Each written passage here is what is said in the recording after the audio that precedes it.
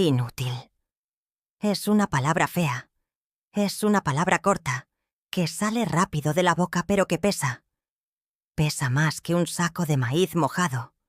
Pesa más que los 72 años que llevo cargando sobre mi espalda. He sentido muchas clases de dolor en mi vida. He sentido el dolor del hambre, allá en mi tierra, cuando la sequía se comía la milpa. He sentido el dolor del miedo, agazapada en la oscuridad del desierto, escuchando los ladridos de la migra. He sentido el dolor de la sed, con la garganta rajada y los labios partidos. Pero ese dolor, el dolor del cuerpo, ese se pasa. Se olvida. El cuerpo tiene memoria corta. Pero esta palabra, inútil, esta te rompe algo por dentro. Te hiela el alma, más que el viento helado que baja de la sierra en Guanajuato. Te dice que no sirves, que estorbas, que tu vida, todo lo que has sido, todo lo que has luchado, ya no tiene valor. Y cuando esa palabra viene de la boca de tu propia familia, cuando te la grita la mujer que se casó con tu único hijo, con el pedazo de tu corazón por el que cruzaste un infierno, esa palabra pesa como una lápida. Mi nuera Brenda me gritó esa palabra. «¡Mexicana inútil!» Y yo agaché la cabeza, como siempre. Soporté la humillación, soporté su desprecio brillando en sus ojos claros, esos ojos que nunca han visto el hambre de verdad. Agaché la cabeza y me fui a mi cuarto, a mi rincón. Como la sombra que soy en esta casa. Ella creyó que me había vencido, creyó que me había roto. Lo que ella no sabía, en su arrogancia, en su mundo de cristal y de dinero fácil, es que la gallina vieja, la inútil, la que viene del rancho, es la que conoce a todos los coyotes del monte, es la que sabe distinguir el olor de la serpiente antes de que ataque. Ella, con todos sus estudios y su inglés perfecto, solo vio a una vieja mexicana. No vio a la guardiana, no vio a la memoria, y no sabía que su propio destino, el destino de mi hijo y de mis nietos, dependía de esta inútil, y que su caída moral frente a todos los que amaba, estaba a solo un día de distancia. Vivo en la casa de mi hijo, Javier, mi Javi. Vine a este país por él. Cuando mi esposo murió y me quedé sola allá en el rancho, mi Javi, que ya había hecho su vida aquí, me mandó a buscar. «Vente, mamita», me dijo por teléfono. «Aquí no te faltará nada. Quiero cuidarte». Crucé el desierto por él. Dejé mi tierra, mis muertos, mis gallinas, todo lo que conocía, por venir a estar con él. Y ahora vivo en su casa, o más bien, en la casa de ella, de Brenda. Porque esta casa no es de mi Javi, es de ella. Se siente en el aire. Es una casa inmensa, de esas que salen en las revistas, con paredes de cristal que miran a un jardín perfecto, donde no crece ni una sola hierba que no esté en su lugar, con suelos de mármol tan fríos que te duelen los pies descalzos, con muebles modernos, de líneas rectas, donde no te puedes sentar a gusto. Es una casa silenciosa, un silencio que grita, un silencio que huele a limpio, a químico, a nada. En mi rancho, en Guanajuato, la casa era de adobe, el suelo era de tierra apisonada. Teníamos una sola bombilla que colgaba de un cable, pero era una casa caliente. Olía a leña, a frijoles de la olla, a café recién colado. Olía a vida. Las puertas nunca se cerraban con llave. Siempre había un plato de comida para el que llegara. Aquí todo se cierra. Las puertas suenan con un clic suave, pero definitivo. Cada uno vive en su propio cuarto. Nos juntamos solo a la hora de la cena, si es que Brenda no tiene una de sus reuniones importantes. Mi Javi, mi hijo, es un hombre bueno, de buen corazón. Ha trabajado mucho para llegar a donde está. Tiene su propia compañía, creo que de construcción. Gana mucho dinero, pero está atrapado. Está como un pajarito en una jaula de oro. Cuando vino aquí, era joven, lleno de fuerza, de los sueños de su padre. Pero se casó con esta mujer, con Brenda. Brenda es de aquí. O bueno, sus padres también son mexicanos, pero ella nació aquí y se siente americana, se siente superior. Para ella todo lo que huele a México, a rancho, a pobreza, es vergonzoso. Es algo que hay que esconder. Y yo soy eso. Soy la encarnación de todo lo que ella odia. Soy su vergüenza andante. Intento hacerme pequeña. Intento no estorbar. Me levanto antes que nadie. Hago el café. Preparo el desayuno para mis nietos. Lavo los platos. Barro la cocina, aunque esté impecable. Doblo la ropa. Soy la sirvienta sin sueldo. La nana de mis propios nietos. Lo hago por mi Javi, para ayudarlo, para que él pueda seguir trabajando en esa oficina tan elegante a la que se va cada mañana con su traje caro. Pero para Brenda, nada es suficiente. Siempre encuentra un error. Que si dejé una gota de agua en el mármol, que si las tortillas que hago a mano tienen demasiada grasa. Ella compra ese pan de plástico en el supermercado, ese que no sabe a nada, que si les hablo en español a los niños. Mamá, me dice, así me dice, mamá, con esa palabra que en sus labios suena a filo, a orden. Aquí no se habla español, los niños tienen que practicar su inglés. No les confundas la cabeza con tu dialecto. ¿Dialecto? Mi español, el español de Cervantes. ¿Un dialecto? Yo solo agacho la cabeza. Sí, mija, le digo. Cuando vienen sus amigas, esas mujeres altas, flacas, que huelen a perfume caro y que me miran como si yo fuera un bicho raro. Brenda me pide que me quede en mi cuarto. O que me vaya al jardín de atrás. Es que no hay mucho espacio, mamá. Mejor quédate tranquila ya. Como si yo fuera un mueble viejo y feo que hay que esconder de las visitas. Y yo obedezco. Me voy a mi cuarto. Y oigo sus risas falsas, el tintineo de sus copas. Y me pregunto qué hice mal. ¿Qué pecado estoy pagando? Mi Javi lo ve. Yo sé que lo ve. Ve cómo me trata su esposa. Y le duele. A veces, cuando estamos solos, me toma la mano. Perdóname, mamita. Me susurra. Es que Brenda... Es difícil. Tiene mucho estrés con su trabajo. Estrés. Siempre la misma excusa. Y yo le sobo la cabeza como cuando era niño. No te preocupes, mijito. Estoy bien. Mientras esté contigo, estoy bien. Pero él no hace nada. Nunca me defiende. Cuando Brenda me critica, cuando me levanta la voz, él se calla. Baja la mirada. Se encoge. Mi hijo, mi Javi, el que de niño se enfrentaba a los perros bravos del vecino para defenderme. Ahora le tiene miedo a su propia esposa. Le tiene miedo a perder esta casa de cristal, estos coches de lujo, esta vida que, en el fondo, sé que no lo hace feliz. Y yo me quedo. Me quedo por él. Porque en sus ojos, a veces, cuando cree que nadie lo ve, veo al niño perdido que llegó a este país sin saber una palabra de inglés. Veo el miedo que todavía carga. Y me quedo para que sepa que, aunque su esposa lo trate como un accesorio más de su éxito, su madre todavía está aquí, aunque sea como una sombra.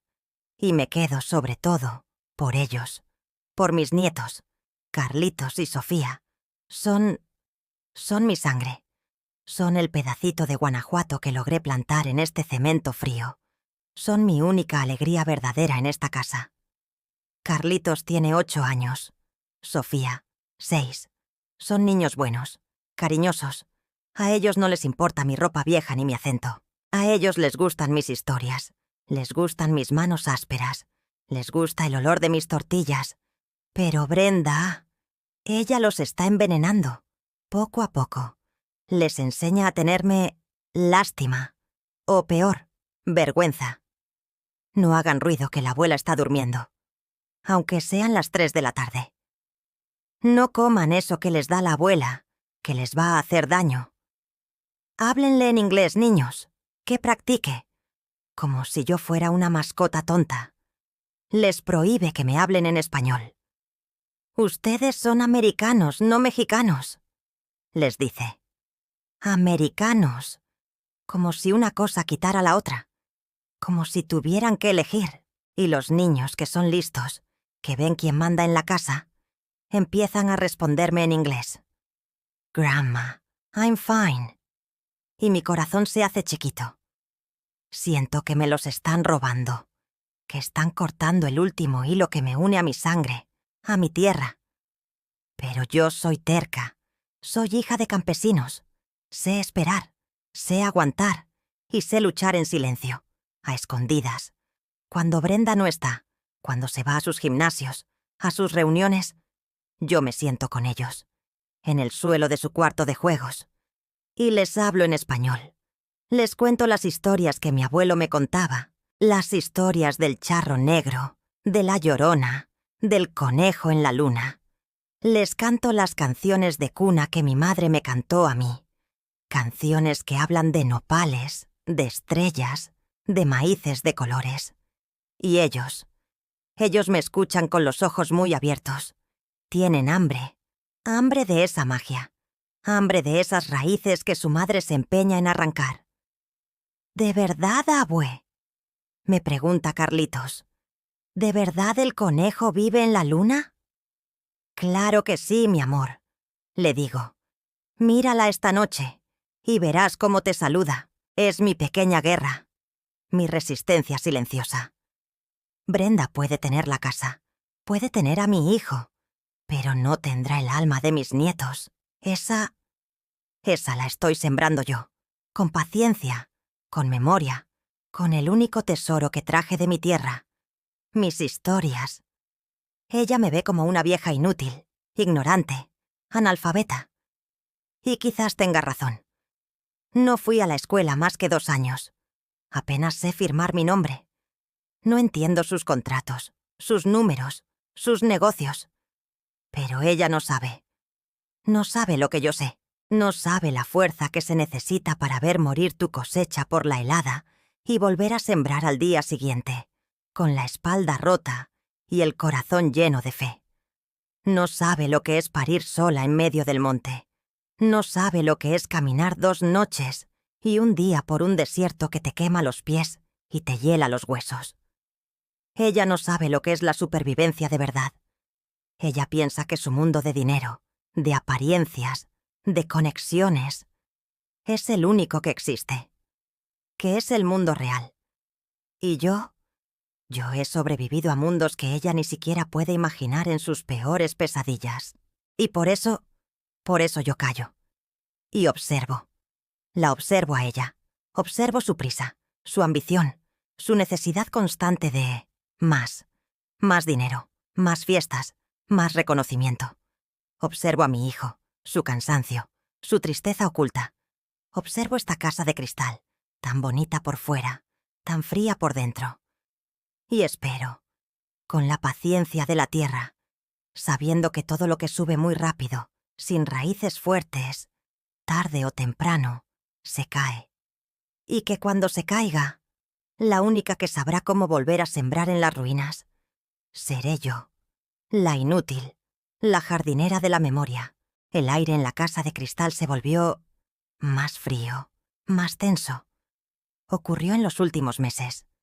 Mi hijo Javier, mi pobre Javi, llegaba cada vez más tarde, más pálido, con los hombros caídos, como si cargara un peso que yo no podía ver, pero que podía sentir desde el otro lado de la cocina.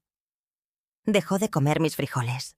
Dejó de pedirme, a escondidas, que le hiciera un café de olla como el que le hacía su padre. Ahora solo tomaba café de una máquina ruidosa que molía los granos y soltaba un líquido negro y amargo, sin alma. Bebía ese café de pie, mirando por la ventana inmensa, pero sin ver el jardín perfecto. Veía su propia jaula. Y Brenda, Brenda, ella era lo opuesto. Estaba vibrante, llena de una energía eléctrica, peligrosa, como el aire antes de una tormenta de granizo en mi tierra.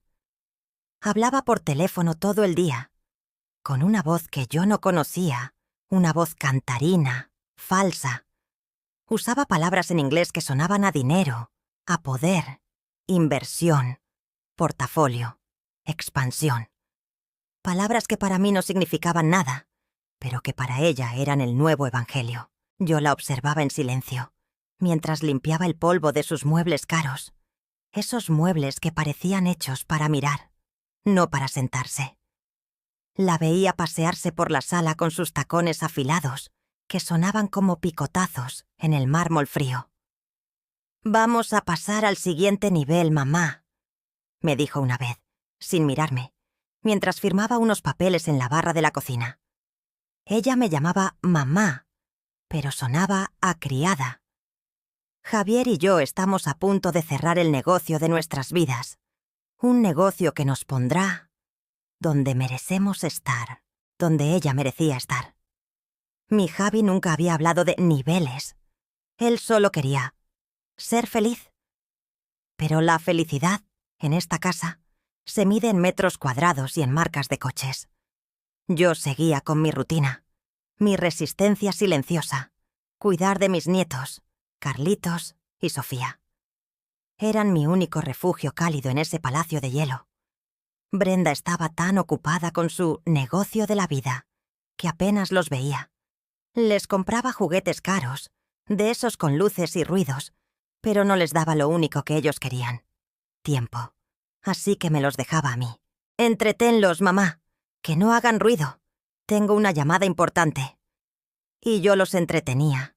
Los sacaba al jardín perfecto, a ese césped que parecía alfombra, y les enseñaba cosas, inútiles, supongo, para el mundo de Brenda. Les enseñaba a buscar mariquitas. Les enseñaba a hacer silbatos con una hoja de hierba. Les enseñaba a oler la tierra después de que el jardinero regaba, un olor que me recordaba a mi Guanajuato. Y les contaba mis historias, en susurros, en español. Mi pequeña venganza. «¿Saben por qué el colibrí vuela tan rápido?», les decía. «Porque lleva los pensamientos de nuestros ancestros de una flor a otra». Ellos me miraban con esos ojos grandes, abiertos, llenos de la magia que su madre se empeñaba en limpiar de sus vidas, como si fuera polvo. Un día llegó él. El hombre que, según Brenda, iba a cambiar sus vidas. El nuevo socio. El señor Figueroa. Yo estaba en la cocina preparando agua de Jamaica, aunque sabía que Brenda la tiraría y les daría a los niños un jugo de caja. Sonó el timbre. Una melodía larga, complicada, no como el golpe seco de mi aldaba en el rancho. Oí la voz de Brenda, más cantarina y falsa que nunca. «Adelante, adelante. Bienvenido a nuestra casa». Entré a la sala a recoger unos vasos vacíos, y lo vi. Era un hombre suave, demasiado suave, como esas telas de seda que se resbalan de las manos. Alto, bien vestido. Un traje gris que brillaba un poco, sin una sola arruga. Zapatos que parecían espejos. Y una sonrisa ancha, perfecta, blanca. Pero sus ojos no sonreían. Sus ojos eran pequeños, rápidos, calculadores, como los de un coyote en el monte, contando las gallinas antes de atacar. Se movían por la sala, midiendo el valor del cuadro feo, de la alfombra, de mi hijo. «Señor Figueroa», dijo Brenda casi ronroneando. «Le presento a... Bueno, ella es Araceli, la madre de Javier. Nos ayuda en la casa». «Nos ayuda. Ni siquiera es mi suegra». Figueroa me miró. Una mirada rápida, de arriba abajo, como quien mira un mueble más.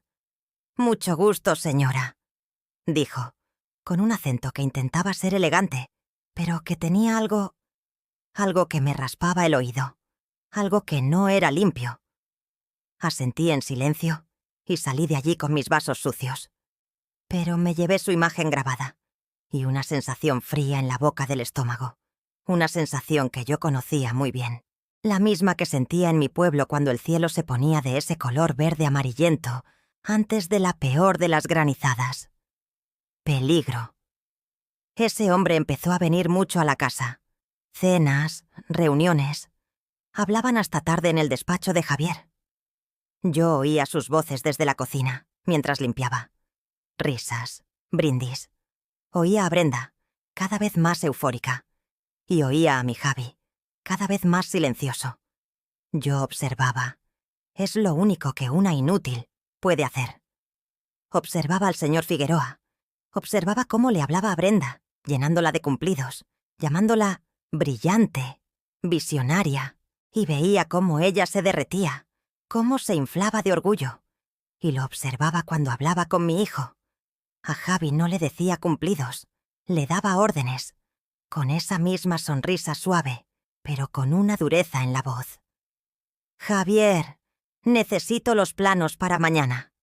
Javier, asegúrate de que el banco apruebe el crédito sin falta. Y mi hijo solo asentía. Sí, señor Figueroa. Claro, señor Figueroa. Una noche encontré a mi hijo en la cocina, muy tarde. Estaba de espaldas a mí, mirando por la ventana hacia la nada, con una taza de café amargo en la mano. Temblaba. No de frío, de nervios. Me acerqué en silencio. ¿Qué te pasa, mijito? Le pregunté poniendo mi mano en su hombro. Él dio un brinco, asustado. No me había oído entrar. Nada, amá, nada. Solo pensando en el trabajo.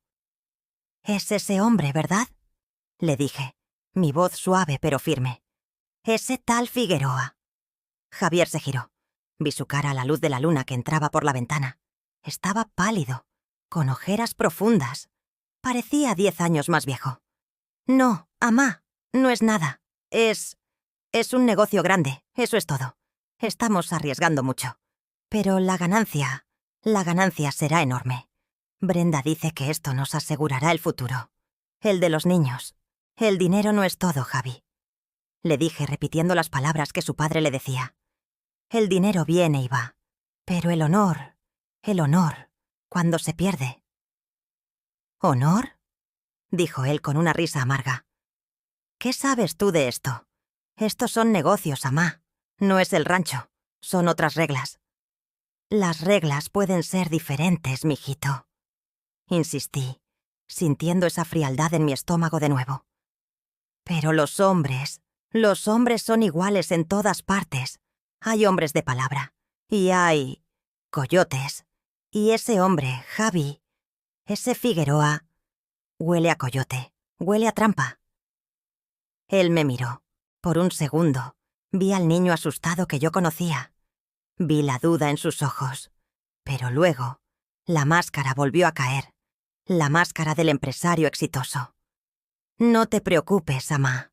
Lo tenemos todo controlado. Brenda sabe lo que hace. Brenda sabe lo que hace. Esa era su respuesta para todo. Se dio la vuelta, dejó la taza en el fregadero y se fue a su cuarto.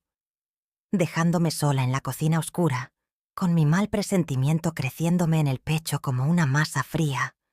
Y entonces llegó la noche de la humillación. La noche que lo cambió todo. Brenda había organizado una cena. La gran cena. La cena para firmar los papeles finales. Para celebrar la asociación. Invitó a sus amigas, las mujeres flacas y ruidosas.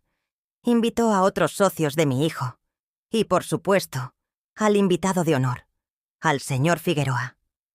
La casa era un hervidero. Brenda contrató un servicio de catering, por supuesto. Mi comida inútil no era lo suficientemente buena para sus invitados. Pero yo tenía que servir. Tenía que ser la mesera, la sombra que recogía los platos sucios y rellenaba las copas de vino. Me puse mi delantal limpio, me recogí el pelo bien apretado en un moño y me preparé para la humillación. Figueroa llegó, más suave, más sonriente que nunca. Llevaba un traje negro que brillaba y un reloj de oro que parecía un grillete. Saludó a todos con abrazos, con besos al aire para las mujeres. A mí me dio una palmadita en el hombro, como quien saluda a un perro fiel. Buenas noches, Araceli. Qué bien nos cuidas. Y siguió de largo. Yo servía las bebidas. Llevaba la bandeja de plata pesada, que no estaba acostumbrada a cargar. Y observaba. Escuchaba.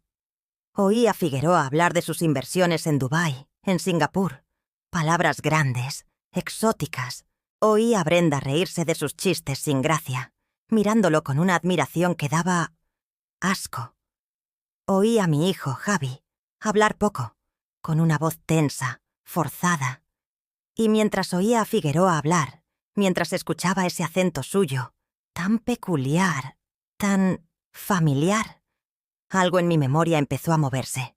Un recuerdo muy viejo, de mi pueblo, de la plaza, de mi padre hablando con otros hombres, preocupado. Una historia que contaban sobre un hombre que había llegado de la capital, un hombre de traje, muy sonriente, que les había prometido duplicar sus cosechas con una semilla mágica. Un hombre que les había sacado todos sus ahorros y que luego había desaparecido, dejando solo deudas y campos yermos, un estafador, un tinterillo, como les decían.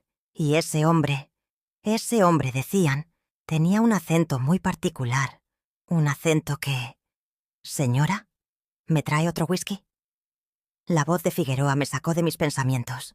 Asentí, bajé la mirada y fui a la cocina a buscar su trago. Mientras servía el whisky, mis manos temblaban. No podía ser. Era imposible. Habían pasado 40 años. Pero el recuerdo era fuerte. El acento, la sonrisa falsa. Tenía que advertir a mi hijo. Tenía que hacerlo. Ahora, antes de que firmara esos papeles. Esperé a que hubiera un momento de distracción, un brindis ruidoso. Fui al despacho de Javi, donde sabía que él y Figueroa iban a retirarse a firmar. Estaban allí, los dos, de pie, con los papeles extendidos sobre el escritorio de caoba. Y Brenda a su lado, con una copa de champán en la mano, radiante. «Perdón», dije, mi voz temblando. Los tres se giraron a mirarme. Vi la furia en los ojos de Brenda. «¿Qué quieres ahora? Estamos ocupados, Javi». «Mijito», dije ignorándola, mirando solo a mi hijo. «Por favor, no firmes. No todavía. Necesito hablar contigo. A solas». Javi me miró, pálido, incómodo. «¿Ahora, amá? Estamos en medio de algo muy importante». «Es sobre él», dije, señalando a Figueroa con mi dedo tembloroso. «Es sobre este hombre. Yo creo que lo conozco. O conozco su historia. De mi tierra, de Guanajuato». Figueroa levantó una ceja. Su sonrisa suave se tensó un poco. «Disculpe, señora. No creo que nos hayamos visto antes.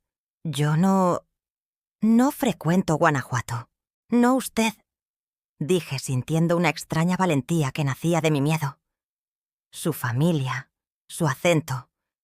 Me recuerda a un hombre llamado Mendoza. Eladio Mendoza. Un hombre que estafó a todo mi pueblo, que les robó sus tierras con promesas falsas, promesas como las que usted hace, y tenía su misma sonrisa. Hubo un silencio helado, terrible. Vi cómo la cara de Figueroa perdía un poco de su color. Vi cómo mi hijo, Javi, lo miraba, confundido. Y entonces, Brenda explotó. Dejó su copa de champán sobre la mesa con un golpe seco. Se acercó a mí, sus ojos claros echando chispas. «¿Pero tú qué te has creído?», siseó, su voz baja y llena de veneno. «¿Quién te crees que eres para venir aquí a interrumpir el negocio más importante de nuestras vidas con tus cuentos de vieja supersticiosa?» «Hija, yo solo», intenté decir. «¡Cállate!», gritó. Ya no susurraba, gritó. «Cállate la boca. Llevo años aguantándote. A ti y a tus frijoles apestosos. A tu español de rancho. A tus historias ridículas. A tu presencia inútil en mi casa. Años. Soportando tu estupidez, tu ignorancia». «Brenda, por favor», empezó a decir Javi, pálido como un muerto. «Tú no te metas, Javier», le espetó ella. «Estoy harta de que defiendas a esta... Se giró hacia mí de nuevo, su rostro deformado por la rabia. «No entiendes nada, ¿verdad? Estamos hablando de millones, de nuestro futuro. Y tú vienes aquí, con tu olor a cebolla, a hablar de un fantasma de tu pueblo de mierda. Sal de aquí.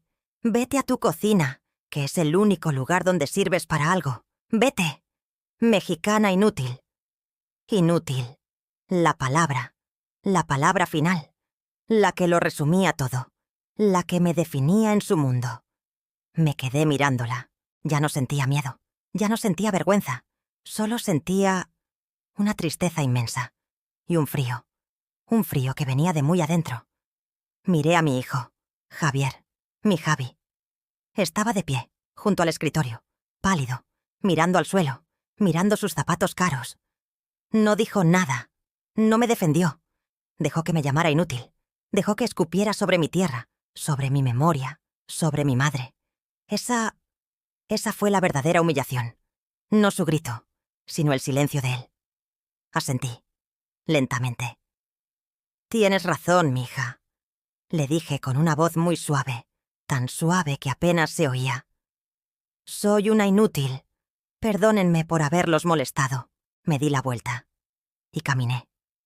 Despacio. Salí del despacho lujoso. Crucé la sala llena de gente que ahora nos miraba con curiosidad, en silencio. Y me fui a mi cuarto. El cuarto pequeño, junto a la lavandería. Cerré la puerta. Me senté en el borde de mi cama. Oí, a lo lejos, cómo la música volvía a sonar. Cómo las risas falsas intentaban tapar el eco de la vergüenza. Y supe, con una certeza absoluta, que todo se había roto. Pero también supe otra cosa. Supe que yo tenía razón, que ese hombre era un coyote. Y supe que ella, la mujer brillante, la visionaria, acababa de cometer el peor error de su vida. Había insultado a la única persona que tenía la llave de su jaula. Y supe que su caída moral, su caída frente a todos, estaba muy cerca. Y que yo, la inútil, iba a estar allí para verla, no por venganza, sino por justicia. Por la justicia de la memoria de mi pueblo, la memoria de mi padre y la memoria de la mujer que yo era y que ella se negaba a ver. La noche apenas comenzaba, pero mi día estaba a punto de llegar. Me fui a mi cuarto. Cerré la puerta, pero no con llave. En esa casa, cerrar con llave era un acto de desafío, y yo no estaba para desafíos, solo para el silencio. No lloré. Las lágrimas son para el dolor limpio, para el luto. Lo que yo sentía era un frío seco, que me venía de muy adentro. El grito de Brenda, la palabra inútil, me había dolido, sí, como un latigazo en la cara.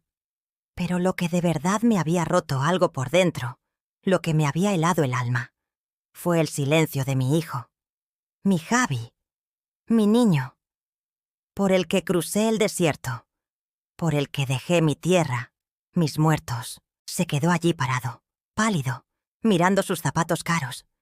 Esos zapatos que mi trabajo en el rancho le había permitido soñar. No dijo una palabra. No levantó la mirada. Dejó que su esposa me escupiera en la cara, que pisoteara mi tierra, mi memoria, mi ser. Dejó que me llamara inútil. En ese silencio, en esa mirada baja de mi hijo, entendí que lo había perdido. Que el Javi que yo crié, el niño valiente que se enfrentaba a los perros salvajes con una resortera, el joven que me prometió cuidarme siempre, ese Javi ya no existía. Se lo había tragado esta casa de cristal. Se lo había comido esta mujer de hielo y ambición. Se había convertido en una sombra más, un adorno caro en la vida de ella. Y esa noche, en la soledad de mi cuarto pequeño que olía a jabón de lavandería, sentada en el borde de mi cama dura, el dolor dio paso a otra cosa, a una calma, a una certeza fría, mexicana inútil. La palabra rebotaba en las paredes de mi cabeza. Inútil. ¿Por qué? Porque no hablo su inglés rápido y enredado.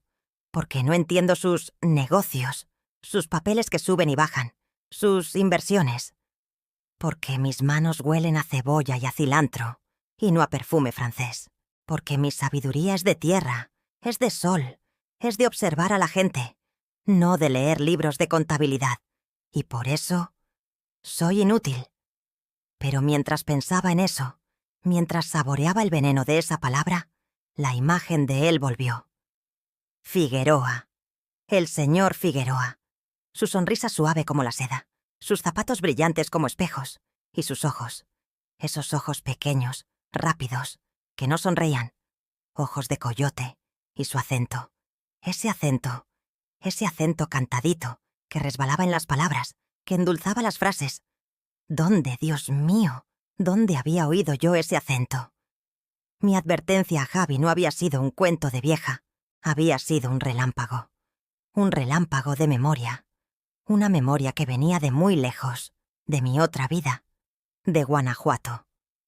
No pude dormir. La humillación se mezcló con la intriga. Di vueltas en la cama, escuchando los ruidos de la casa.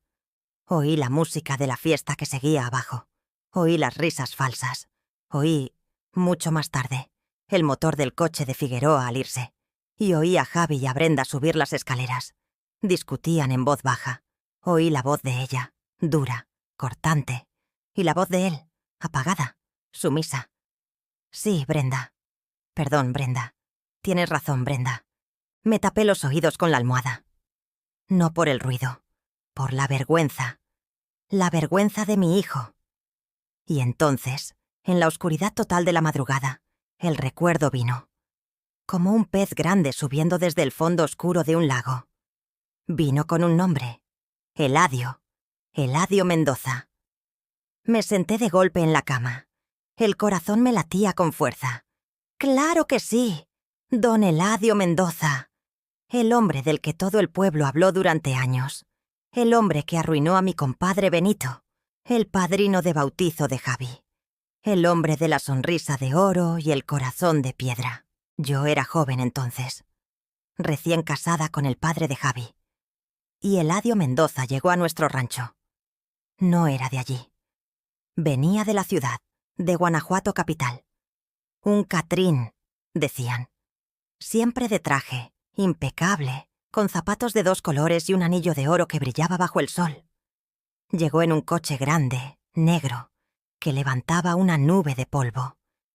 Y llegó prometiendo el cielo.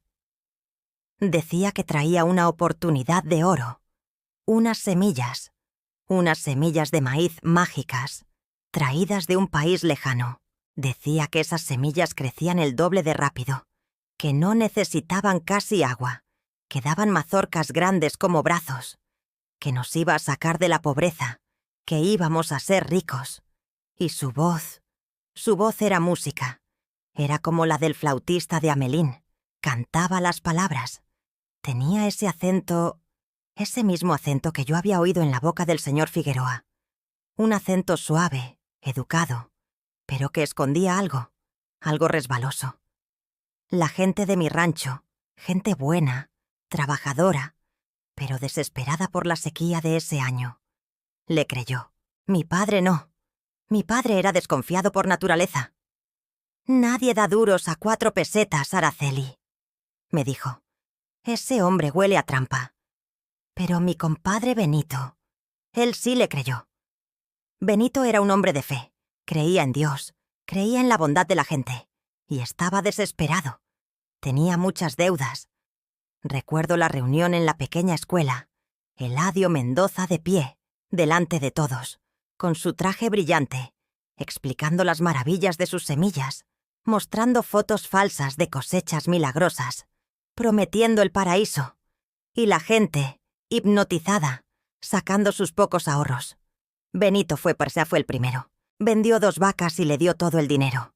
Y como él era un hombre respetado, los demás lo siguieron. Vendieron sus gallinas, sus cerdos, hipotecaron sus pequeñas parcelas con el prestamista del pueblo, juntaron todo el dinero que tenían, el dinero de generaciones de trabajo, y se lo dieron a Eladio Mendoza, a cambio de unos sacos de semillas pintadas, semillas muertas. Cuando llegó el tiempo de la siembra y nada brotó de la tierra seca, Mendoza ya estaba lejos, se había esfumado, desaparecido, como el humo. Dejó al pueblo entero en la ruina. Mi compadre Benito. Esa fue la peor parte. No soportó la vergüenza. No soportó haber sido el instrumento del engaño. No soportó haber perdido lo poco que tenía y haber arrastrado a los demás. Una tarde se fue a la milpa seca, se colgó del árbol más grande. Se mató. Recuerdo el funeral. Recuerdo a mi comadre Chela, su esposa, llorando sobre el ataúd de madera barata. Un llanto seco, sin lágrimas, que helaba la sangre. Recuerdo la rabia impotente de mi padre. Recuerdo el nombre de Eladio Mendoza, susurrado como una maldición, como el nombre del diablo. Y ahora, 60 años después, en esta casa de cristal en Estados Unidos, volví a oír ese acento. Volví a ver esa sonrisa. En la cara de este hombre, Figueroa. No podía ser él. Era demasiado joven. Eladio Mendoza tendría más de 100 años si viviera. Pero... ¿su hijo? ¿Su nieto? El parecido era... vago. Pero estaba allí. La misma suavidad, la misma mirada calculadora y la misma historia. Un negocio milagroso. Promesas de riqueza rápida. Una prisa por firmar, por cerrar el trato. Mi Javi, mi pobre Javi, era mi compadre Benito, ciego de ambición o de miedo a su mujer, desesperado por pasar al siguiente nivel. Estaba a punto de caer en la misma trampa. Me levanté de la cama. Ya no sentía el frío de la humillación. Sentía el fuego de la certeza. La mexicana inútil acababa de encontrar una pista que valía millones. La ignorante acababa de reconocer al coyote que los inteligentes habían invitado a su gallinero. Pero, ¿qué hacer? Sabía que si me levantaba en ese momento, iba al cuarto de mi hijo y le contaba esta historia. No me creería, o Brenda no lo dejaría creerme. Diría que estaba loca, que eran cuentos de vieja, que el insulto me había afectado el cerebro. Se reirían de mí y acelerarían la firma, solo para demostrarme que yo era una estúpida. No. Las palabras ya no servían. Había intentado advertirle a Javi con palabras suaves. Había fallado. Ahora necesitaba algo más. Necesitaba pruebas. O necesitaba el momento perfecto. Un momento en que no pudieran ignorarme. Un momento en que la caída de Figueroa fuera pública, ruidosa, y arrastrara consigo la arrogancia de Brenda. Me pasé el resto de la noche en vela, pensando, recordando, atando cabos. ¿Figueroa? ¿Mendoza? ¿Cómo estar segura? ¿Cómo conectar a este hombre de Houston con un estafador muerto en Guanajuato? Y entonces, recordé mi red, mi única red, mi teléfono inútil, mis comadres, las mujeres de mi tierra, las que ahora estaban regadas por todo Estados Unidos, pero con las que todavía hablaba de vez en cuando, con tarjetas telefónicas que compraba a escondidas. Mujeres como yo, limpiadoras, cocineras, cuidadoras de niños. La red invisible de las que no importan. A la mañana siguiente me levanté antes que nadie, como siempre. Hice el café. Preparé el desayuno para los niños. Mi cara era la misma máscara de humildad de siempre. Brenda bajó, con su bata de seda. No me miró. Pasó a mi lado como si yo fuera aire. Tomó su taza de café negro y se encerró en su despacho. Javi salió temprano, sin despedirse, con la misma cara pálida de preocupación. La casa estaba en silencio. Tomé el teléfono de la cocina y marqué un número de larga distancia. A Guanajuato, a mi comadre Chela, la viuda de Benito. Hacía meses que no hablaba con ella. Gasté casi todo el saldo de mi tarjeta. «Comadre Chela, habla Araceli. ¿Cómo está?» Hablamos de las lluvias, de la salud, de los nietos. Y luego, con la voz más casual que pude fingir, le pregunté. «Oiga, comadre, estaba yo acordándome de aquellos tiempos tan duros. ¿Se acuerda de aquel hombre, Eladio Mendoza, el que engañó a mi compadre Benito, que en paz descanse?» La voz de Chela se agrió al instante. ¿Cómo olvidarlo, comadre? Ese maldito, que se esté quemando en el infierno, arruinó a medio pueblo. Sí, qué barbaridad, dije. Y dígame, comadre, ese hombre no dejó familia, hijos, nietos. Hubo un silencio al otro lado. Pues sí, comadre, dejó un hijo, igual de sinvergüenza que él, y un nieto, un muchacho que le salió igualito, listo para la trampa. Se llama Rodrigo, Rodrigo Mendoza. Dicen que se fue al norte, a Estados Unidos, a hacer grandes negocios. Seguro que anda estafando gringos por allá. La mala hierba nunca muere, comadre, solo cambia de maceta. Rodrigo Mendoza. Colgué el teléfono. Mis manos no temblaban. Estaba serena. Una calma fría, peligrosa. Rodrigo Mendoza, no señor Figueroa. O quizás Figueroa era un apellido de su madre, o un nombre inventado. Daba igual. El nieto, en Estados Unidos, haciendo grandes negocios. La historia encajaba. Mi instinto no me había fallado. Mi memoria inútil acababa de dar en el clavo. Mi hijo Javier estaba a punto de firmar un contrato, de entregarle el patrimonio de mi familia, el futuro de mis nietos, al nieto del hombre que llevó a mi compadre Benito a la tumba. Brenda, en su orgullo ciego, en su ambición desmedida, no veía al lobo, solo veía el traje caro. Ella, con todos sus estudios, no había hecho la única pregunta importante. ¿Quién es este hombre? ¿De dónde viene? Estaba tan ansiosa por pasar al siguiente nivel que no se dio cuenta de que estaba a punto de saltar a un abismo. Y yo, la mexicana inútil, la que no entiende de negocios. Yo era la única que sabía la verdad, la única que podía detener esta desgracia. Pero, ¿cómo? ¿Cómo probarlo? Una llamada a mi comadre Chela no era una prueba. Necesitaba algo sólido, algo que pudiera mostrarles, algo que no pudieran negar. Me pasé el resto del día en mi cuarto. No limpié la casa, no lavé los platos. Que lo hiciera Brenda. Yo tenía un trabajo más importante. Revolvía mis cosas, mi única maleta vieja, la que traje del rancho, la que guardaba en el fondo del armario, mi caja de lata, mi caja de tesoros inútiles, cartas viejas de mi esposo, que en paz descanse, la estampita de la Virgen de San Juan de los Lagos, el primer zapatito tejido de Javi, y fotos. Un montón de fotos viejas, amarillentas, dobladas por las esquinas. Fotos de mi pueblo, de mi familia, de mis compadres. Busqué con desesperación. Tenía que haber algo, y entonces la encontré. Era una foto del bautizo de Javi. Mi Javi, un bebé gordito, en brazos de su padrino, mi compadre Benito. Y a su lado, mi comadre Chela. Y detrás, en un segundo plano, borroso pero reconocible, estaba él, Eladio Mendoza, el abuelo. Se había colado en la fiesta, como se colaba en todas partes, con su sonrisa falsa y su traje brillante. Y agarrado de su mano, mirando a la cámara con esos mismos ojitos de coyote, estaba un niño de unos 10 u 11 años, su nieto, Rodrigo. Tomé la foto. La apreté contra mi pecho.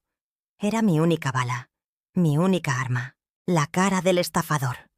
Y la cara de su aprendiz, el hombre que ahora se hacía llamar Figueroa. Esa noche, cuando Javi y Brenda volvieron a casa, yo estaba esperándolos en la sala, sentada en uno de sus sofás blancos e incómodos, con la foto en la mano. «¿Qué haces aquí, mamá?», preguntó Brenda con su voz cortante. «Se te vas a hacer tarde para preparar la cena de los niños». «No va a haber cena hoy, mija», le dije con una calma que no sabía que tenía. «Hoy vamos a hablar de negocios de verdad». Ella me miró, sorprendida por mi tono. Javi se quedó parado en la puerta, pálido, sintiendo la tensión. «Ayer me llamaste inútil», le dije mirándola fijamente a los ojos. «Y quizás lo sea para tu mundo. Pero en mi mundo, el mundo de donde yo vengo, aprendemos una cosa muy importante. a no olvidar las caras, a no olvidar las deudas y a no olvidar a los traidores. ¿De qué diablos estás hablando, vieja?, dijo ella. Estoy hablando de él, dije. De tu socio, del señor Figueroa, o como sea que se llame en realidad. Me levanté y les puse la foto delante de sus narices. ¿Reconocen a este hombre?, le pregunté a mi hijo señalando al niño de la foto. Javi miró la foto, confundido. No, amá. ¿Quién es? Es el señor Figueroa, le dije. ¿Qué? No seas ridícula, se burló Brenda. Ese es un niño. Sí, dije. Un niño que se llama Rodrigo Mendoza. Y este hombre que está a su lado es su abuelo, Eladio Mendoza, el hombre que estafó a todo nuestro pueblo, el hombre que mató a tu padrino Benito, Javier. Mi hijo abrió los ojos como platos. Tomó la foto, la miró a Brenda, miró al suelo. Tú estás loca, susurró Brenda, pero su voz, por primera vez, tenía un temblor de duda. ¿Estoy loca?, le dije. Compruébalo. Llama a tu socio. Pregúntale por Eladio Mendoza. Pregúntale por Guanajuato. O mejor aún, espera a mañana. Mañana es la gran fiesta, la gran firma. Y yo también tengo una sorpresa preparada. Les voy a presentar a todos la memoria de la mexicana inútil. Ella creyó que mi memoria solo guardaba recetas de mole y rezos a la Virgen. No sabía que la memoria de una mujer que ha sobrevivido a todo es un archivo de acero, donde cada injusticia, cada rostro de coyote, cada lección pagada con sangre y lágrimas, queda guardado para siempre.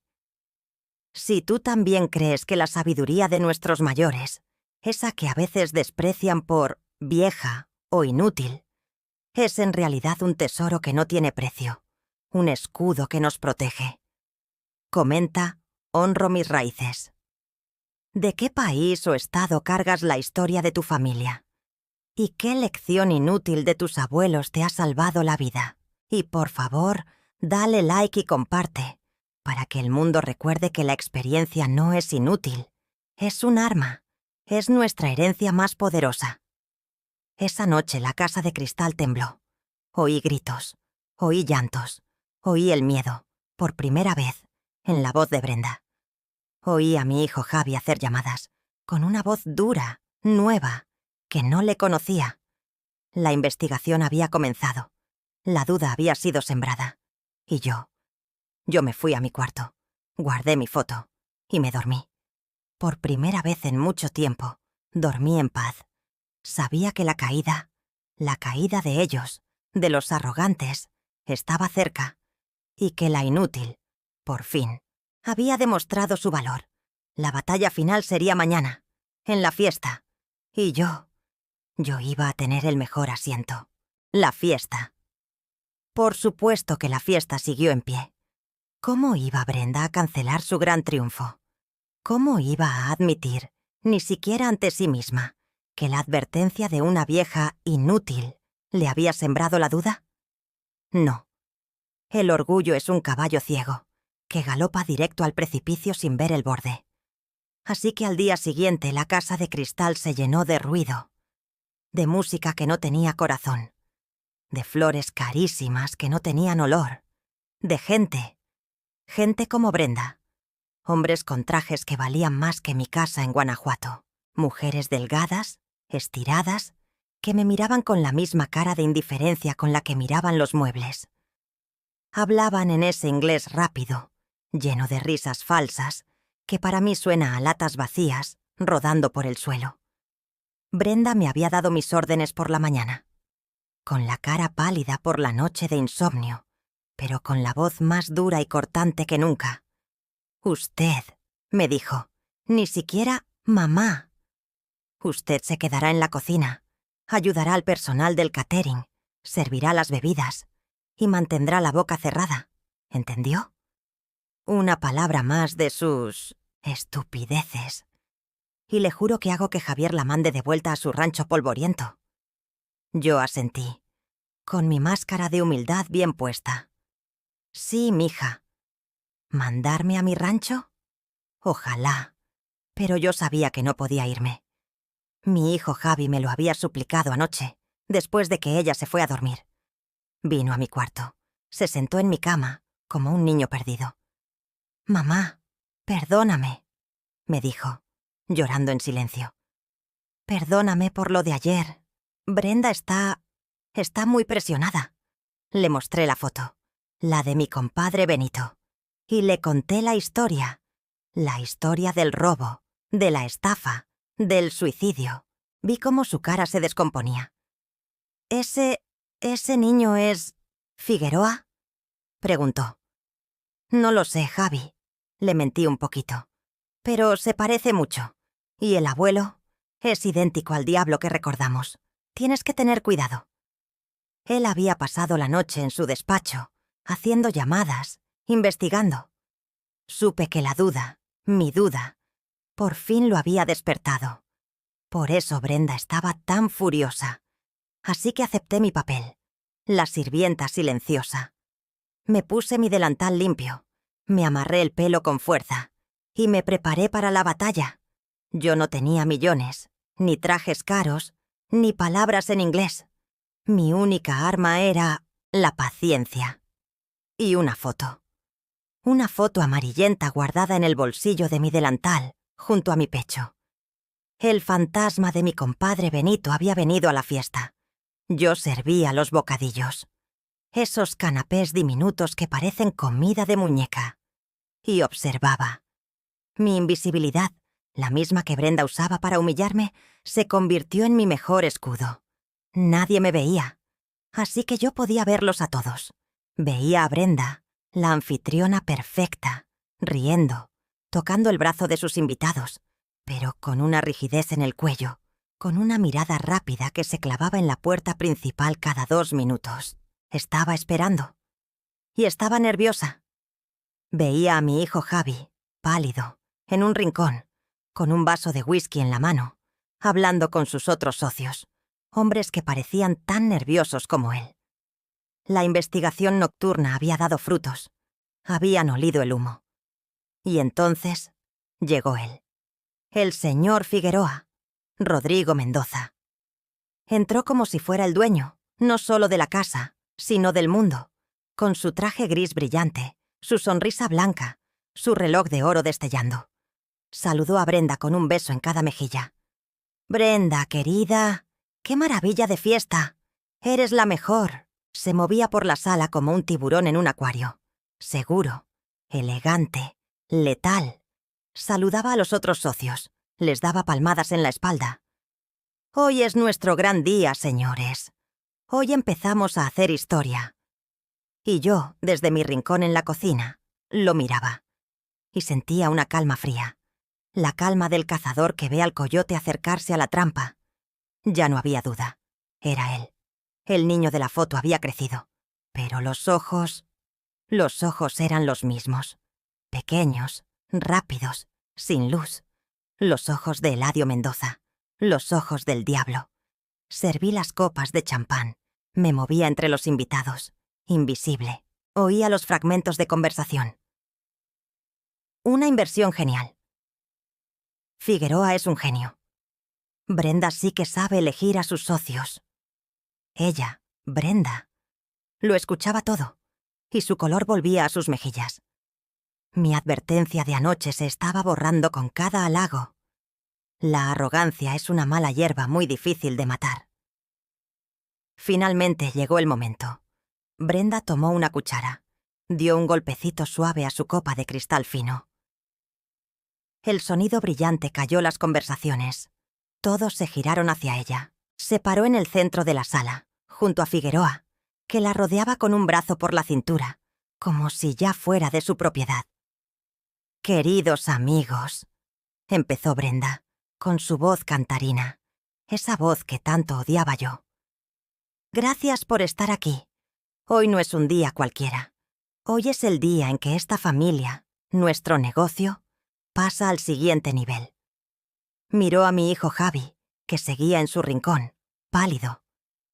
«Gracias a la visión, al ingenio y a la confianza de un hombre extraordinario, Un hombre que ha visto en nosotros el potencial que otros no vieron.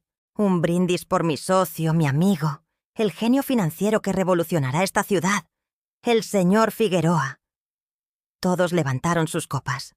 Salud. Por Figueroa. Figueroa sonrió. Hizo una pequeña reverencia. Tomó su copa. Gracias, Brenda. Gracias a todos. Y ahora, si me permiten, Javier, creo que es hora de que hagamos esto oficial. Los papeles nos esperan en el despacho. Era el momento. Ahora o nunca. Solté la bandeja de copas sucias que llevaba en la mano. La solté sobre una mesita de cristal. Hizo un ruido sordo. Y caminé. Caminé desde la cocina. Crucé la alfombra persa que valía más que mi pueblo entero. Pasé entre los invitados, que me miraban extrañados. ¿La sirvienta? ¿Qué hacía? Me paré justo frente a ellos, frente a Brenda y Figueroa. «¡Mamá!», siseó Brenda, su cara volviéndose roja de furia. «¿Qué haces? Te dije que te quedaras en la cocina. Ahora mismo». Yo no la miré a ella, ni a mi hijo, que me miraba con ojos desorbitados desde su rincón. Miré directamente a Figueroa, a los ojos, a esos ojos de coyote. «Perdón, mija, por interrumpir un brindis tan importante», dije con mi voz tranquila, la voz de la inútil.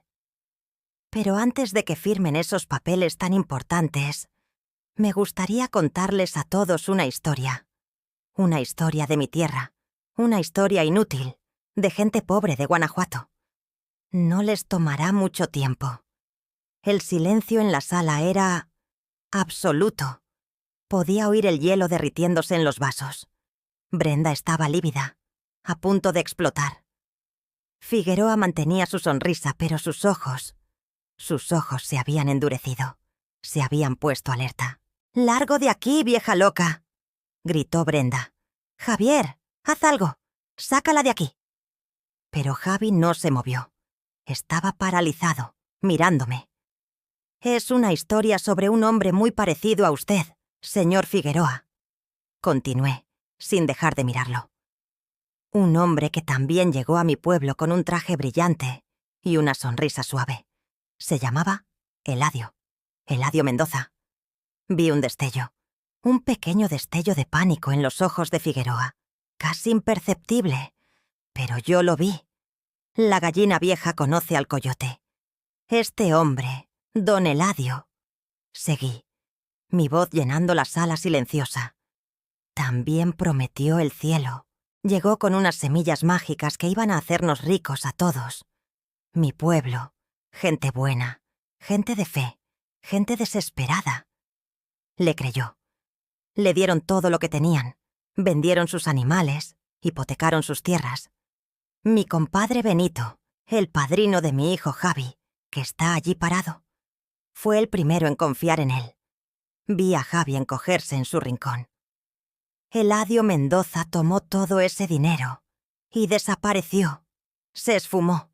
Las semillas nunca brotaron. Y mi compadre Benito, que era un hombre de honor, no pudo soportar la vergüenza. No pudo soportar haber arrastrado a sus amigos a la ruina y se colgó de un árbol de guayaba.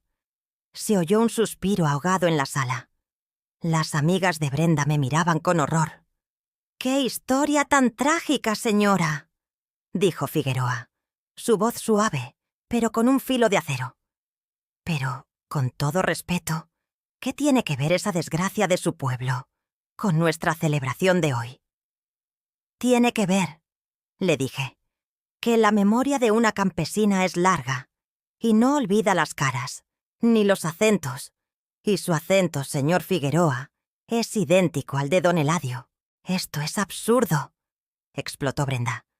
«Está acusando a mi socio de ser un ladrón, basándose en un acento. Javier, saca a tu madre de aquí o llamaré a seguridad». «No, espera, Brenda». La voz de mi hijo, Javi, sonó baja pero firme. Salió de su rincón, se acercó a nosotros. Sus ojos ya no estaban pálidos de miedo. Estaban rojos de una furia lenta. «Deja que termine, amá», Saqué la foto de mi bolsillo, la foto amarillenta, la del bautizo. La extendí. «Yo no sé si usted es pariente de ese hombre, señor Figueroa», le dije. «Pero esta foto es del bautizo de mi hijo Javier, hace casi 50 años. Y este hombre de aquí», señalé la figura borrosa de Eladio, «es el estafador, Eladio Mendoza. Y este niño que lleva de la mano, mirándonos a todos con esos mismos ojitos que tiene usted ahora, se llamaba Rodrigo Mendoza, su nieto». Figueroa miró la foto, y su cara se deshizo.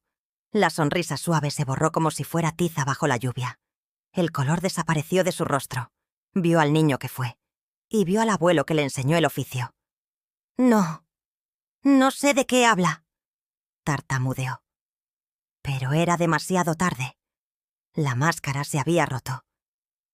«Y lo más curioso, señor Figueroa, o señor Mendoza», dijo mi hijo Javi, con esa voz nueva, dura y fría, «es que pasé toda la noche investigando su nombre, el de Figueroa, y no existe ningún registro de negocios serio, pero el nombre de Rodrigo Mendoza sí, ligado a varias investigaciones por fraude en Arizona y Texas. Parece que el nieto aprendió muy bien el oficio del abuelo, el caos». Figueroa intentó negar, balbucear. «Es una confusión. Esta vieja está loca. Javier, ¿cómo puedes creerle a ella antes que a mí?» Pero los otros socios, los que estaban con Javi en el rincón, ya se habían acercado, miraron la foto, oyeron las palabras de Javi, y sus caras se endurecieron. «Creo que esta fiesta se acabó, Figueroa», dijo uno de ellos. «Vamos a necesitar hablar con nuestros abogados y con la policía». Figueroa, Rodrigo Mendoza, vio que el juego había terminado. Miró a Brenda buscando ayuda, pero ella estaba paralizada, mirándome a mí. Él intentó salir, con dignidad, pero Javi se puso delante. «No tan rápido. Creo que te quedarás aquí hasta que lleguen las autoridades». Los socios asintieron, lo rodearon. El tiburón estaba atrapado por la memoria inútil de una vieja campesina. Los invitados empezaron a irse, en silencio, con miradas de lástima, de burla, de escándalo. La gran fiesta del triunfo se había convertido en un funeral. Y yo no miraba a Figueroa. Yo no miraba a mi hijo, que por fin había encontrado su valor. Yo miraba a Brenda. Estaba de pie, sola, en medio de la sala inmensa, con su vestido caro y sus joyas brillantes. Su copa de champán seguía en su mano, temblando, derramando el líquido dorado sobre la alfombra persa. Estaba pálida, más pálida que mi Javi la noche anterior.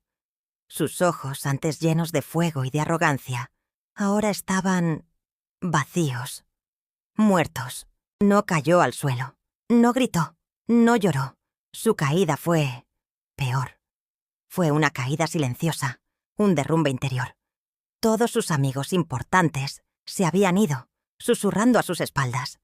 Su brillante socio era un estafador vulgar. Su esposo la miraba, no con amor, sino con una decepción fría. Y todo su mundo, ese mundo de cristal que había construido con tanta arrogancia, se había hecho añicos a sus pies. ¿Y quién sostenía el martillo que lo había roto? Yo. La sombra, la sirvienta, la mexicana inútil.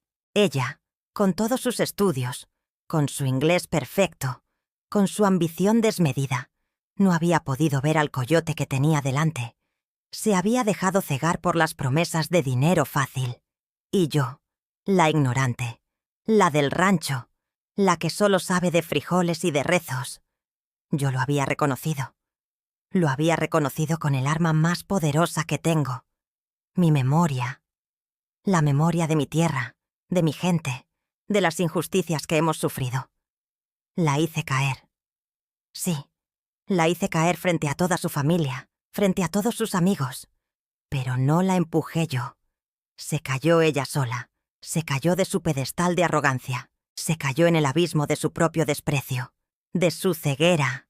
Yo solo sostuve la foto. Sostuve el espejo de la verdad. Y el reflejo fue devastador. Se quedó allí, temblando, en medio de los restos de su fiesta. Y yo recogí la copa vacía que había dejado caer y me fui a la cocina a lavarla. Mi trabajo, al fin y al cabo, siempre ha sido limpiar la basura que dejan los demás.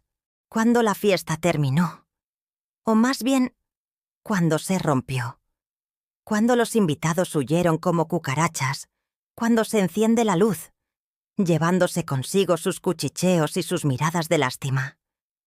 La casa de cristal se quedó en un silencio que pesaba más que 1000 gritos. Era un silencio feo, pegajoso. El olor del champán derramado y de la comida cara que nadie tocó se mezclaba con el olor del miedo, del fracaso. Vi a mi hijo Javi, con su traje caro ahora arrugado, hablar por teléfono en un rincón. Su voz era dura, cortante, una voz que yo no le conocía. Daba órdenes, hablaba con abogados, con la policía, con sus otros socios. El hombre pálido y asustado que miraba al suelo la noche anterior había desaparecido. Y en su lugar había un hombre enojado, un hombre que por fin había despertado. Y la vi a ella, a Brenda. No se movió. Durante casi una hora se quedó de pie en medio de la sala, en el mismo lugar donde yo la había desenmascarado. Sola, rodeada por los restos de su triunfo fallido, los vasos sucios, las servilletas arrugadas, las flores marchitas. Su vestido elegante parecía ahora un disfraz ridículo. Su cara, esa cara que siempre llevaba pintada con tanta seguridad, estaba desnuda, pálida, vacía, como una casa a la que le han tapiado las ventanas. No lloró, no gritó, no me miró. Simplemente se quedó allí, rota por dentro, mirando el desastre de su ambición. La gran visionaria se había estrellado contra la memoria inútil de una vieja campesina. Su caída no fue un grito, fue un derrumbe silencioso. Después de un largo rato, subió las escaleras, despacio, como si cada paso le pesara una tonelada, y se encerró en su cuarto. No la vi salir en 3 días. Yo hice lo que siempre he hecho. Empecé a limpiar. Tomé una bolsa de basura grande y empecé a recoger los restos, las copas rotas, los platos a medio comer, las servilletas manchadas. Era mi trabajo, ¿no? Limpiar la basura de los demás. Pero esta vez era diferente. Cada copa que recogía, cada bocadillo que tiraba, se sentía como un acto de justicia poética. Estaba limpiando la arrogancia, estaba barriendo el desprecio, y mientras lo hacía, no sentía triunfo, no sentía alegría, sentía una tristeza inmensa, una tristeza por mi hijo por el precio que tuvo que pagar para despertar, una tristeza por mis nietos, que vivían en esa casa de mentiras, e incluso una tristeza pequeña, extraña por ella, por Brenda. Qué vacía tenía que estar su alma para necesitar llenarla con tanto ruido, con tanto brillo falso. Javi terminó sus llamadas. La policía vino. Habló con él. Se llevó al estafador, al tal Rodrigo Mendoza. La casa volvió al silencio. Un silencio de hospital. Yo estaba en la cocina, lavando las últimas copas. Eran casi las 3 de la mañana. Mi hijo entró. Se paró en el umbral. Ya no era el empresario furioso. Era mi Javi, el niño perdido. Se veía agotado, derrotado.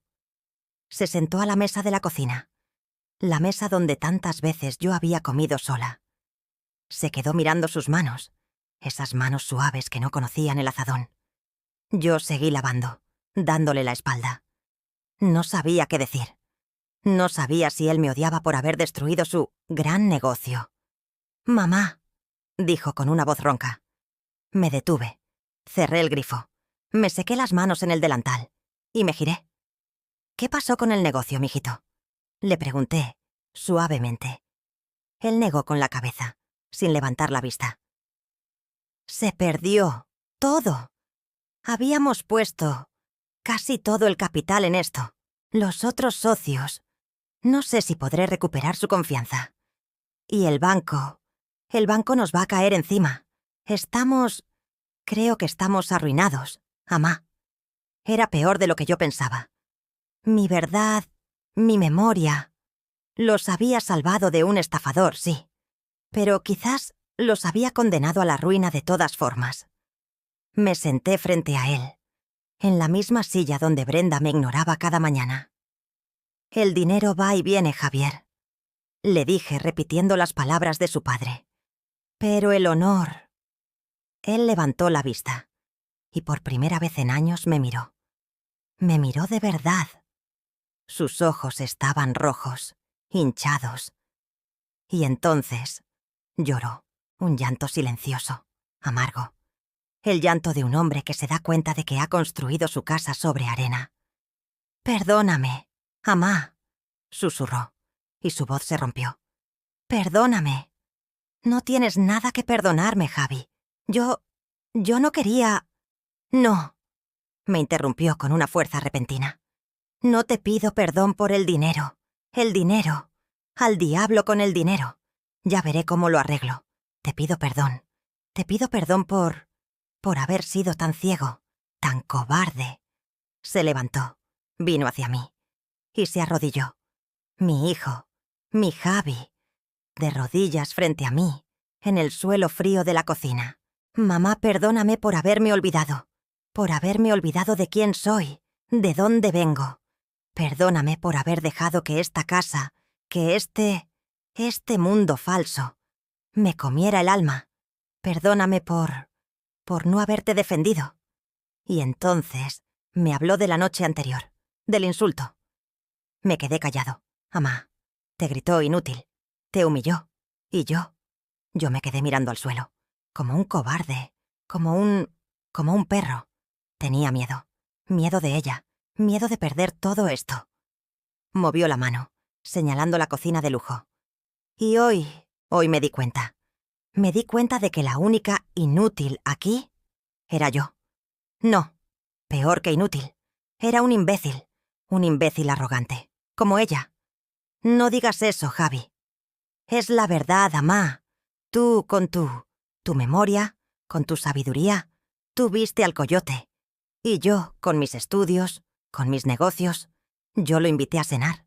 Dejé que el nieto del hombre que mató a mi padrino Benito se sentara a mi mesa, a punto de robarme todo. ¿Y sabes por qué? Porque me avergonzaba de ti. Me avergonzaba de tus historias. Me avergonzaba de Guanajuato. Y esa vergüenza casi me cuesta el futuro de mis hijos». Lo levanté del suelo.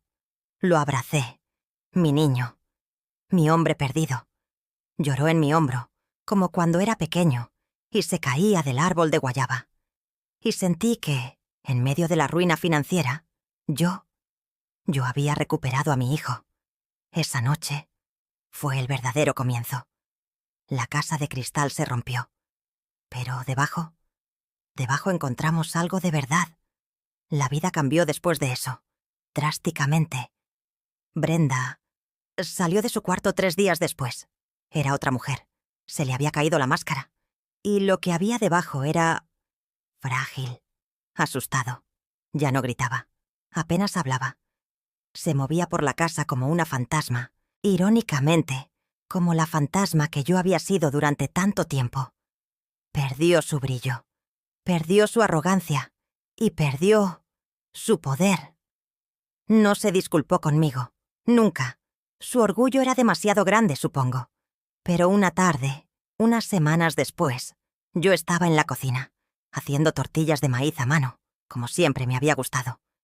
Y ella entró. Se quedó mirándome. «¿Puedo?», dijo con una voz muy baja. «¿Puedo aprender?». Yo la miré y asentí. «¿La masa está lista?», le dije. «Lávate las manos». Y allí estuvimos las dos, en silencio. Ella, con sus uñas perfectas, intentando torpemente aplastar la masa, que se le pegaba en las manos. Y yo, a su lado, enseñándole, con paciencia, Fue el principio de una paz extraña, una tregua. No éramos amigas, nunca lo seríamos, pero ya no éramos enemigas. Éramos 2 mujeres, 2 madres, intentando salvar los pedazos de una familia rota. Javier, mi Javi, cambió. Perdió mucho dinero. Perdió la casa de cristal. Tuvimos que mudarnos a una casa más pequeña, en un barrio más humilde. Una casa de madera, con un jardín de verdad, con hierbas y todo. Perdió a sus socios ricos. Perdió su estatus. Pero recuperó su alma. Lo vi volver a ser el hombre del que yo estaba orgullosa. Empezó de cero, con un negocio más pequeño, más honesto. Volvió a trabajar con sus manos, no solo con su cabeza. Y volvió a mí. Empezamos a hablar, de verdad. Me preguntaba por su padre, por mi compadre Benito, por nuestra tierra. Empezó a recordar, empezó a valorar. Y una noche trajo a casa una guitarra vieja y empezó a tocar las canciones que su padre le enseñó. Y yo canté con él, y lloramos juntos, y supe que mi hijo por fin había vuelto a casa. Y mis nietos... mis nietos, Carlitos y Sofía. Ellos fueron los que más ganaron. Javier y yo tomamos una decisión. Se acabarían las reglas de Brenda. En esta nueva casa se hablaría español, se comerían frijoles y se contarían historias. Empecé a enseñarles, ya no a escondidas. Les enseñé a hacer tortillas, a desgranar el maíz. Les conté, ahora en voz alta, todas las historias de mi pueblo. Les hablé de su abuelo, el carpintero, de su padrino Benito, el hombre de honor. Les hablé de Eladio Mendoza, el coyote.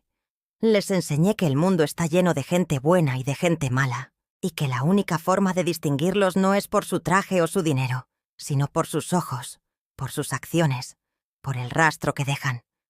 ¿Brenda? Ella escucha. A veces. Sigue siendo una mujer triste, perdida en un mundo que ya no entiende, pero está aprendiendo a ser real. A veces la encuentro en el jardín, intentando cuidar las hierbas que yo planté. Y aunque lo hace todo mal, aunque ahoga las plantas, la dejo.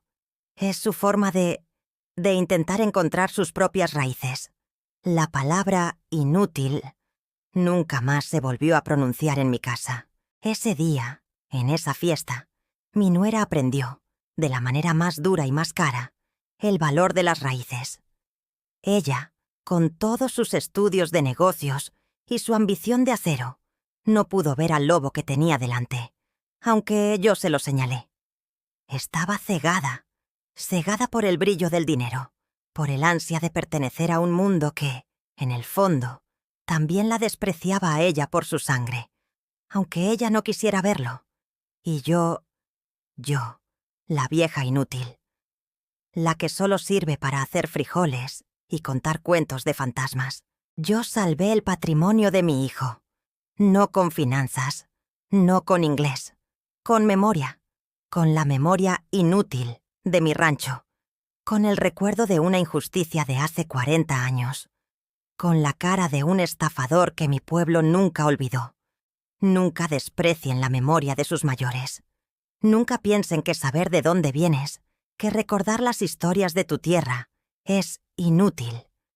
En este mundo moderno, donde todo es rápido, donde todo es nuevo, donde el pasado parece basura que hay que barrer, a veces, la única herramienta que puede salvarte de verdad es la más vieja de todas.